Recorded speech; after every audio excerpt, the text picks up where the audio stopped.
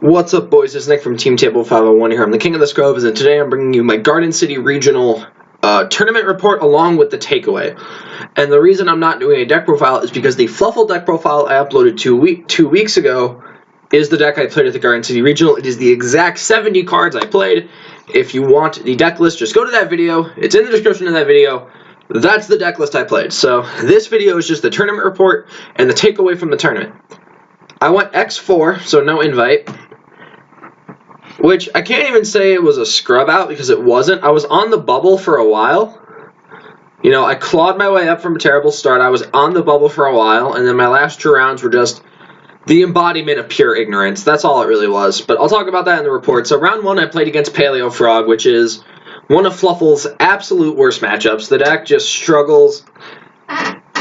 It's because the deck can both have negation and disruption in the form of Toad and traps. And because you're a deck that wants to go second, the deck gets the ability to go first and do Swamp Frog plays. And game two, like, they get access to barriers and all these other cards that, like, they make your life miserable, really. And then I lost to him. You know, he was a very good player as well. He played Nats before. I think he even top 64 Nats at one point. So, you know, it was just kind of a blowout. I didn't really get to do much. Round two, I played against Trickstar, and this Trickstar guy was awful. No hate to him, but he sucked so bad. Game one, I tried to do as much as possible, but he drew two scapegoats, so I couldn't kill him, even though I nuked his board 3 times with Tiger. It was ridiculous. And then game two, I knew that because he made me go first game two, or I chose to go first game two. I should say. I made a sheep. I made Sabertooth sheep, and I passed with a set Twin Twister, 2 set Twin Twisters. I had no good discard fodder, so I let him just late stage my back row, whatever. Maybe discard some stuff during my end phase. I popped some cards. I got some value, whatever. But I was playing conservatively because I knew that Scapegoat was the only way he was going to win the game, and I didn't want to overcommit my board into like a Raigeki Scapegoat play for him to just Borreload my monster and kill me. So I just kept Koking with sheep and Sabertooth. Eventually, he did flip the Scapegoat. I killed 2 tokens. And of course, I draw Chalice, so I set Chalice. I pass, and he summons the Candina. And I'm running the numbers in my head thinking, okay, if he gets Lilybell, how much do I care if he gets Lilybell? I say, okay, it's fine. He gets Licorice, so I know he draws the Lilybell. Or he doesn't, or he sided the Lilybell out. So he takes 2 tokens.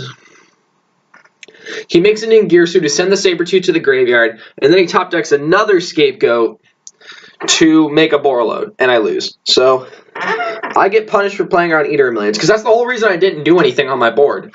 The whole reason I wasn't overcommitting to the board was trying to play around Eater, because if I let Eater hit the board and banish 2 monsters, I lose. So I was just trying, because like all my monsters are bigger than anything in his deck outside of Eater, so if I just keep attacking him, he'll eventually have to summon a monster and do something. So, and then rounds 3 and 4 were Barrier Stun. Round 3 did not have Demise, round 4 did. But I 2-0'd both of them, so it doesn't really matter. Fluffles is a deck that thrives on terrible back row decks, actually. It's just like Tiger is such a busted card. And it's just like they don't, and like the thing is with Fluffles outside of other decks that usually struggle against Barrier Stun is you can just normal summon and attack. Like Dog has 1700, Penguin has 1600, Owl has 1000. So like unless they summon Inspector Border, you're killing all the statues unless they have the back row to protect it. And like you get to play back row removal in the form of Tiger and Twin Twister, and you have access to Sheep, which is an Armati, so all their battle protection doesn't work. Round 5, I played against Counter Fairies. Shout out to Austin. He was helping me playtest. He was playing Counter Fairies at the event. And so like I knew what all the cards did. I just needed to make sure I was playing around them at the correct time. And again, the deck just counter traps don't inherently negate the fusion summon just because of their card design. And just like you can always make your fusion monster Chainlink 1 and a graveyard effect Chainlink 2, so they're never going to hit it with like a strike or like a rebirth or like a divine punishment. You know, they can't do that. So and they can't play hand traps because of Demise, so you're just able to like blow your load and kill them. I mean, the big 2800 guy's annoying, but Sabertooth is just like, all right, kill it. It's like 2800 indestructible crash. So round 6 was Pendulum Magician. The guy, no hate to the guy, I've played against him before, but he is very, very slow. Like, he slow played so much. Like, game 1 took 30 minutes, and we each took literally 4 turns. Because the first 2, He just looked at his hand, and he took like 8 minutes to make like a Boguska and like set a trap graph, and that was his turn. So eventually he gets game 1, and I'm able to get game 2. I just choose to go first, and I just make Sabertooth Sheep go, and he can't win. And then game 3, he kept forgetting that Dark Worm has a graveyard effect to bring itself back to the field. So he wasn't, because like we were in time. So if he would have just brought back the Dark Worm and attacked with 2 monsters, he would have put me down to like 4,400 life, and then make a Boguska, and then I probably lose. But he didn't do that. He just kept setting monsters. And so I had a Wings in my hand, but I drew Thuffle Sheep, and I had an Edgem Chain in my graveyard, and I had no monsters on the field. The only thing I had was a Vendor. And so I was like, all right, normal summon Wings, special Sheep, bounce, make Chain, link into Underclock, search Fright for Fusion, out Sheep. I was able to then have Sheep attack the, or not Sheep, it was Sabertooth, because there were Sheep in the grave. So I made Sabertooth indestructible. And because I was on 7,500 life, he was on 8,000. All I had to do was get 1 attack in, so I was debating if I had Underclock attack first or not. And it was just like, all right, if it's Purple Poison, I lose anyway. So I'm just going to attack with this, because I had a feeling it was either Purple Poison or Black Fang, because he used Purple Poison last turn, so I had a feeling it wasn't that. So I attack, it's Black Fang, doesn't do anything, Underclock attacks, I win. Round 7 was probably my most fun match of the tournament. It was against Shaddoll Dino. So I win the die roll, I chose to go second, he activates Doll Fusion, he makes Shekhanaga, and he says go. And so, of course, we grind for a little bit. He gets out his Ultimate Conductor Tyranno, I out it with a Tiger, he flips my board in response. And, eventually he's able to go like Oviraptor. I Veiler the Oviraptor, he pops a doll to get the Ultimate Conductor Tyranno out of the graveyard. The doll summons back itself, so he's got a board full of monsters. And so I'm able to just like, I was able to flip summon up my guy in the extra monster zone. I linked away with it for Underclock, and then I activated Poly to make Tiger. I had Tiger pop his 2 guys in my Fright for Factory, so I was then able to use Fight for, or that was game 2 actually, my bad. I just remember that like he kept taking 1,000 for the Trick Clown every turn. And so eventually he got down to 900 life and he didn't switch his Oviraptor to defense mode. So I was able to make a Fright for Sabertooth and attack the Oviraptor for 1,000, and I was able to win that way. And then game 2 we grind for a bit, and eventually my extra monster zone's clogged, so I had to get a way around it. So I make Tiger linked under Underclock. I'm able to pop my factory to get my fusion back, link into Decode, and then I'm able to make Sabertooth, and I'm able to win that way. And, you know, a bunch of my opponents just like, oh, you're playing Fluffles, I love you so much. So, round 8 was Pen Mage. So I win the die roll, I choose to go second, and he does literally nothing. Takes the first turn, says go, and so I do my combos, and he doesn't hit me with a hand trap, so I'm just sitting there like, okay. If he had a Veiler, he would have used it right now, so I'm just going to go in on Wolf. So I had Wolf attack 4 times, I win. Game 2, he goes first, he sets up a 3 negate plus a trap graph pendulum board, and I lose. And then game 3, I bricked, and he FTK'd me, so yeah, get fucked me, I guess. And then round 9 was 40-card Lightsworn. Game 1, he made Minerva, milled 2 Wolves and a Raiden. And I just proceeded, I literally just scooped after that. I was like, nope, we're done. And then game 2, I set up a really big board. I make Decode, Sabertooth, Sheep, and I have like Chalice and Warning set in my back row, so it's a pretty beefy board. And so I Warning the Gnat Beast, Chalice the Black Rose, and he says go. So I'm able to break down. I get him down to like 2,200 life. He makes Curious, sends Snow, summons Snow 3 times in a fucking turn, books my board, and then proceeds to kill me with Regeki. And so it was just like, that deck takes no fucking skill. That deck is nothing but fucking ignorance. And so if I would have just not bricked game 3 against Pen Mage, I had a shot to get my invite. So the tournament just like left such a bad fucking taste in my mouth because I lost a fucking Lightsworn, and I hate that deck so much. That is like the 3rd tournament in a row I've been on the bubble and I've lost a fucking Lightsworn. It's fucking ridiculous, but biases aside, that was the tournament report, so now I'm going to get into the takeaway of the tournament. I didn't see much of the top cut, but I know that there were a lot of Draco and Pen Mage at the top tables that were expected. But there were a lot of rogue decks near the top tables as well. There was a lot of 60 card there. There was a lot of 40 card. A lot of people were just playing these graveyard reliant decks because, again, Fairy Tail Snow was fucking broken.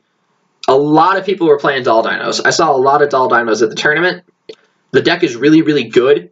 I just feel like it lacks in the grind game, where if your opponent's playing a deck, not necessarily like Fluffles, but like has a deck designed like Fluffles, that can play a grind game but also have massive power plays, then your deck kind of just loses. Even though Ultimate Conductor Tyranno is a really amazing card and is probably, it might be the best boss monster ever made, it's one of those cards that's just like so susceptible to disruption, where it's just like, once it resolves, it's just a big monster. It just has 3,500 attack. So if you're booking on your opponent's turn, then you're not able to, attack all their monsters. Because that's the point of Conductor Tyrannos. You summon during your turn, you pop a guy, you book their board, and you proceed to kill them with the Tyranno. But if you're not able to do that, then Ultimate Conductor Tyranno is just big. And like, it can be targeted, it can be destroyed.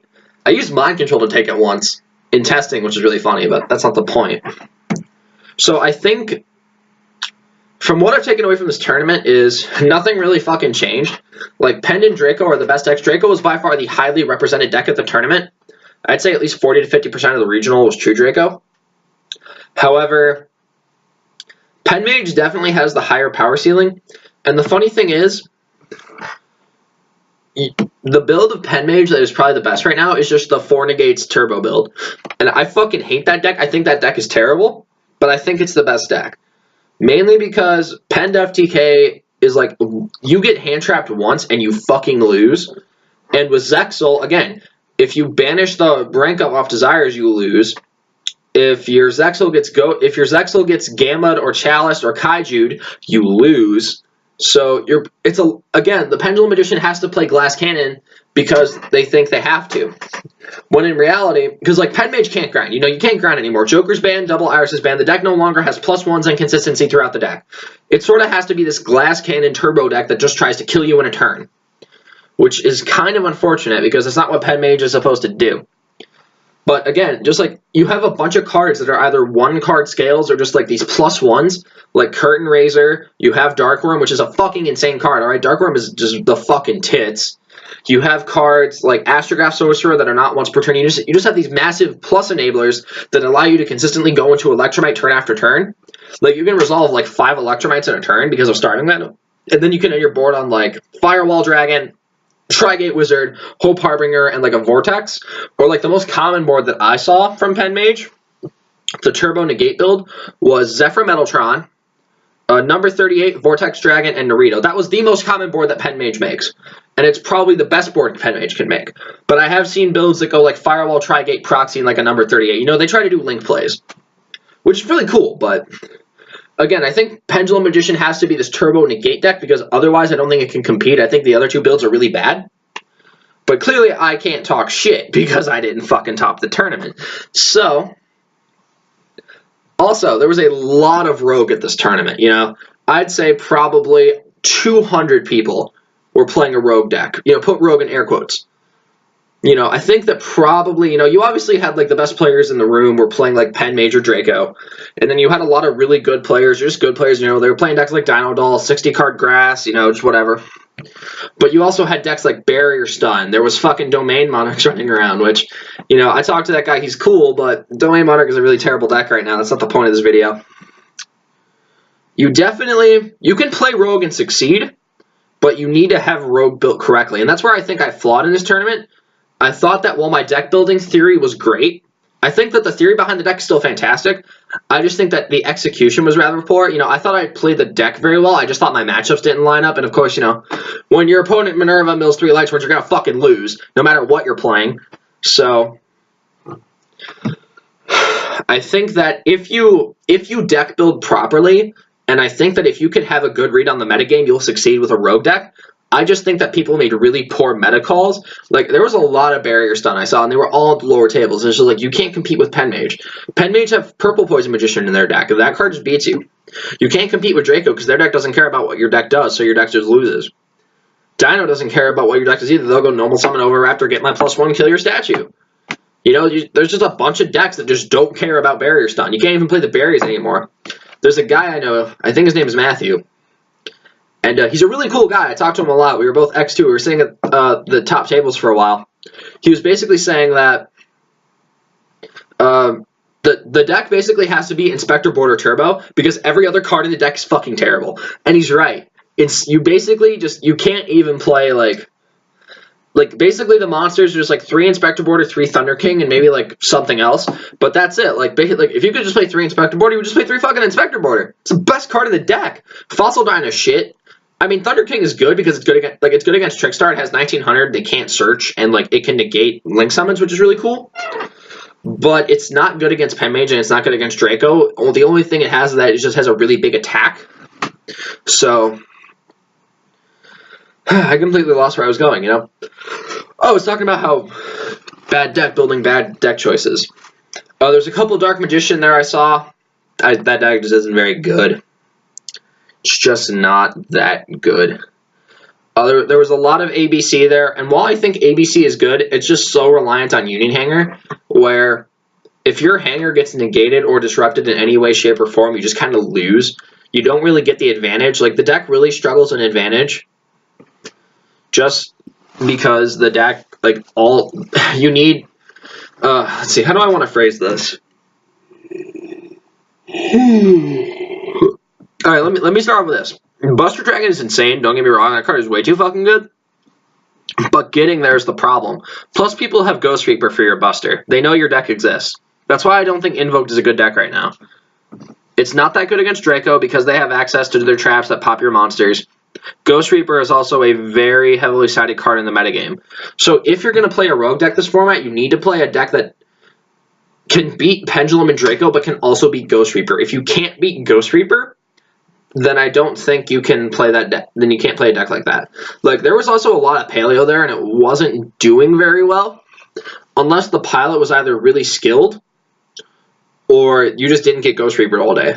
Because that deck folds to Ghost Reaper. Your Toad gets Ghost Reaper, your win condition is fucking Opabinia, like, beatdown. You're basically going with Starboy beatdown at that point, and you just lose. So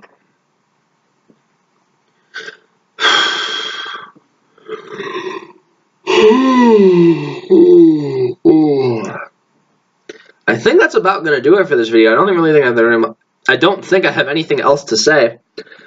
You know, shout out to Pando for having a relatively good tournament. You know, while the registration was bad and there was a lot of thievery going on, which I thought was surprising because there usually is you obviously have stuff stolen at regionals, but never something to where an entire display case gets stolen, which was rough.